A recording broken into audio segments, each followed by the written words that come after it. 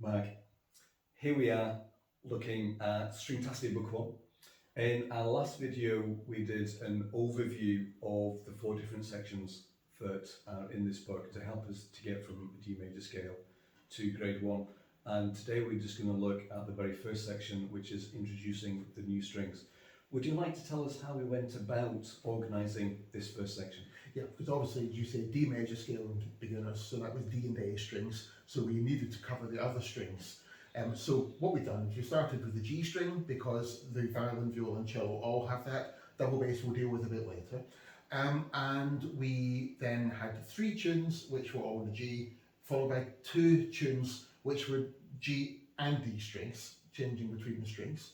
And then we did a very similar thing. The next thing we did was a C string, so obviously violin doesn't have that. So they have a counter melody or an alternative melody that goes along with that. But we'd have the 3 tunes on the C and then 2 C and G. And then we'd have the violin E string. Again, this time it's the cellos and the violas that have their alternative melodies. And we had the 3 E string tunes.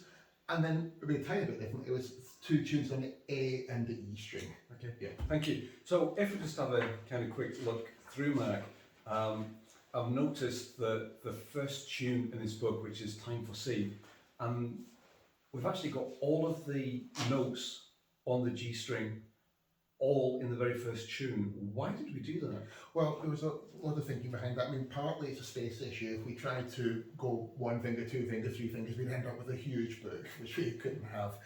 But also, by the time you finish Stringtastic Beginners, you're using all your fingers, even 4 fingers for the violin and viola.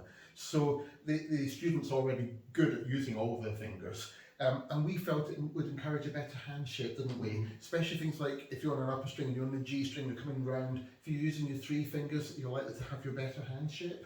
So we just thought it's better to do that. We were quite clever, I thought, Paul, in that we've reinforced the notes with the lyrics underneath. So the song you're saying, Time for C, starts with a C, and the lyrics are Time for C, on the C. Then it's B, and as soon as you get to the letter B, it actually goes to B. So the whole thing is actually reinforcing the names of those notes. So I think even with just the 3 tunes on that string, we've done a lot of note reinforcement. Yes, and I think both of us have found in the past when we've been introducing notes on the G string, even for pupils who read really well in violin pupils, quite often they do get slightly confused with the notes on the G string because of the ledger lines. So in writing the lyrics, we really wanted to help kind of underpin where each note was without kind of writing letters underneath each word, under each note, which is something that we don't like to do. How did we kind of manage the sections where the cello and the viola are learning the C string, but obviously the violin has not got C string?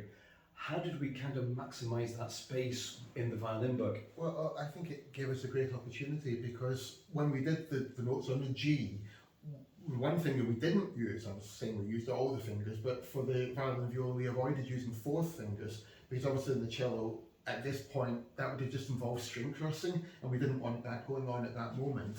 So when we had the cello and viola learning their C string notes, they gave us a wonderful opportunity on the violin to have alternative melodies which actually involved the 4th fingers. So we just took those chances to reinforce techniques that we've already learned, but also to show a little bit of extra 4th finger practice in there.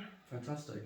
And when it comes to the E string's a really interesting one as composers, because when we're working on the E string, more often than not we're going to be in E major, which is 4 sharps, which then writing tunes from a viola and cello point of view actually makes life quite difficult, doesn't it? So how do we go about writing those kind of alternative melodies in the viola and cello when we were dealing with the E string for the violin? Well, it did restrict us a little bit, I think. So what we really had to do there was write ones which were rhythmically challenging, which were musically challenging. It could be that the notes are actually not particularly complicated because we would, as you say, have a bit of a limited repertoire of notes that we could choose from for the viola and the cello. So those are more creating great ensemble pieces really, and just allowing the chance to maybe make a terrific sound or work on We have also introduced dynamics in this particular part of the book.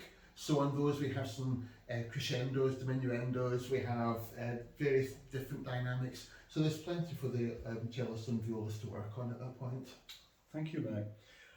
I don't know about you, but I found trying to work out this first section really interesting from a composer point of view, trying to find melodies that were different melodies that worked together. So the violin melodies and the cello melodies were completely independent, but also worked really beautifully together. And I think we did a really good job on that. Yes, I think so. And I think what's great is that you sometimes out of something which is a challenge, you actually end up with an additionality in the book. So we've got these terrific ensemble pieces which can be used in the sort of more string orchestra setting as well. Thank you very much, Mike. Yeah, well done.